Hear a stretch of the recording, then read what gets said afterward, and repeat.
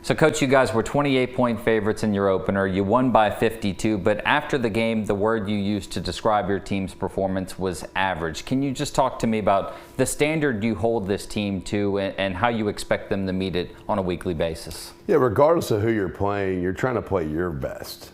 You're not worried about the opponent so much. You're worried about playing to our standard and playing to our best. And so I'm pleased with the scoreboard. I mean, 52-0's fine. That's good. But we didn't do some things to our standard. We didn't cover kickoffs to our standard. We got to clean that up immediately. We just got to work on that. I thought we didn't tackle great. We didn't wrap our arms around our feet. Some we're trying to just throw our bodies in, or maybe our shoulders in at times.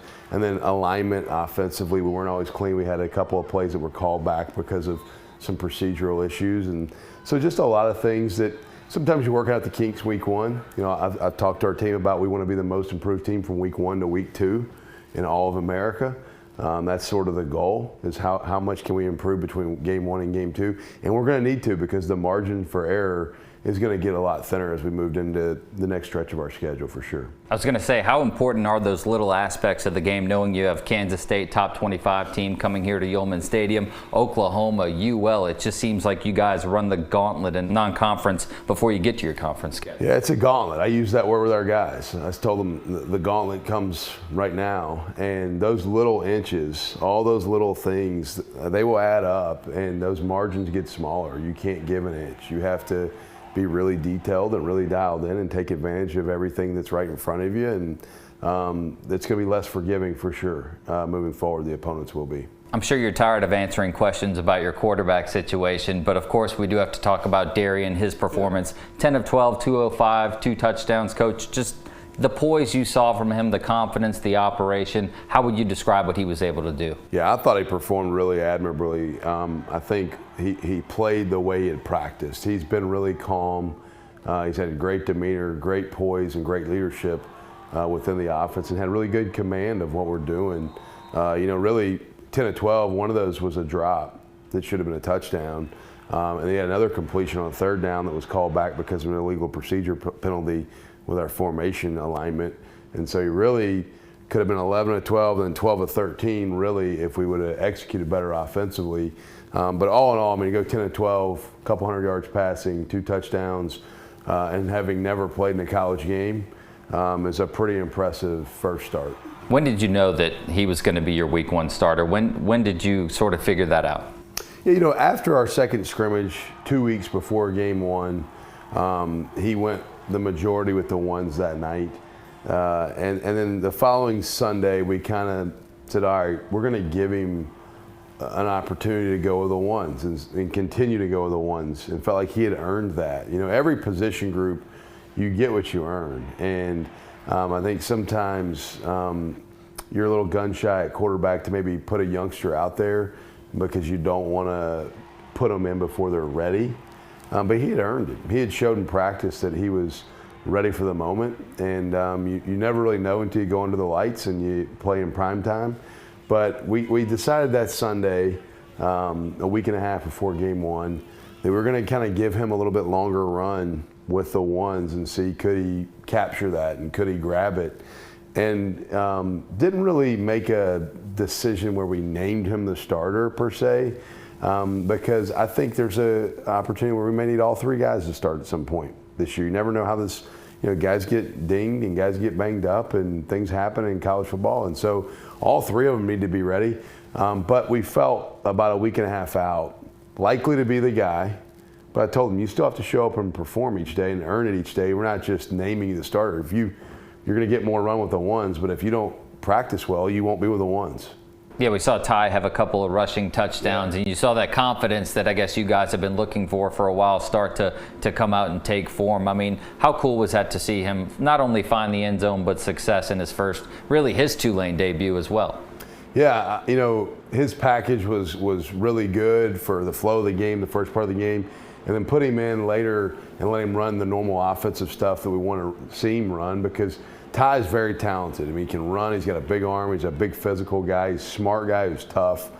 He studies really hard and invests a lot in his preparation. And so really, in the goal line red area, had some plays for him third down, had some plays for him.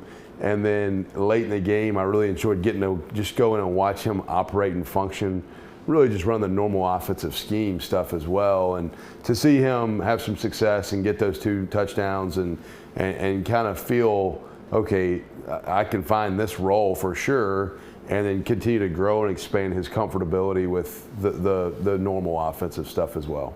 So your defense holds Southeastern to about 201 yards of offense. Of course, the big play is Rayshon Pleasant's 100-yard interception return for a touchdown, what was crazy. But the person that stuck out to me watching the game was Bailey Despaney. And, I mean, he was everywhere on the field. Coach, I know you had a lot of new faces starting for you in your opener, but Bailey's been here. He's carved out a role under, different regimes. What have you seen from him, and especially last night? Yeah, we do game captains, not permanent season captains, and he was one of our game captains for the game, which was really cool to see him come out and play like a captain.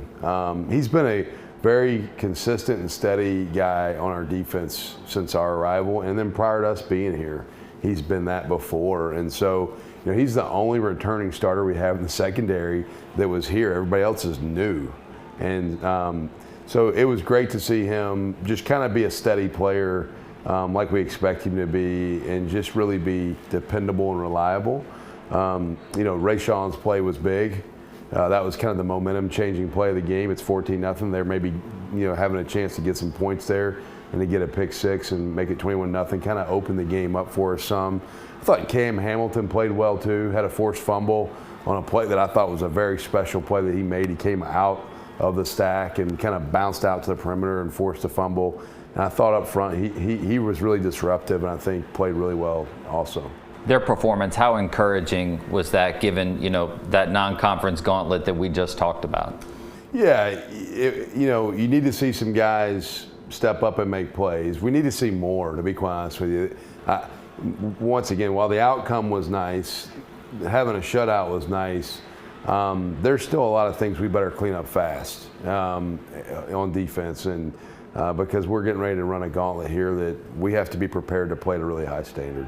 And lastly, the energy of Yulman Stadium last night, the pageantry surrounding the opener, your debut. I mean, how fun was it to experience that, and how much better is it to get it out of the way and finally be able to move forward? Man, our student section was amazing. Like, I really wasn't paying attention to it at first because I'm dialed in on the game, what's going on the field. And then one of the TV timeouts, I walked over and I was talking to the official, and I kind of glanced at the scoreboard, the big scoreboard above the student section, and I'm like, oh my gosh, it's full. Like, it was like packed, and that was awesome to see, in particular because we had the weather that you didn't really know. I was worried we were going to be under a lightning delay most of the afternoon. I was kind of tracking the weather up. I don't think I could be a meteorologist for your network, but I'm an untrained meteorologist because I look at the weather all the time for practice and games. And for our fan base to turn out and bring the energy with the uncertainty of the weather on a Thursday night when some people have to go to work and school the next day was really impressive. And our players feed off of that. I mean, it makes a difference. I think our student section caused a penalty by them at one point on offense. So I think it made a real difference in the game, and we need them to keep showing up and bringing the juice each week.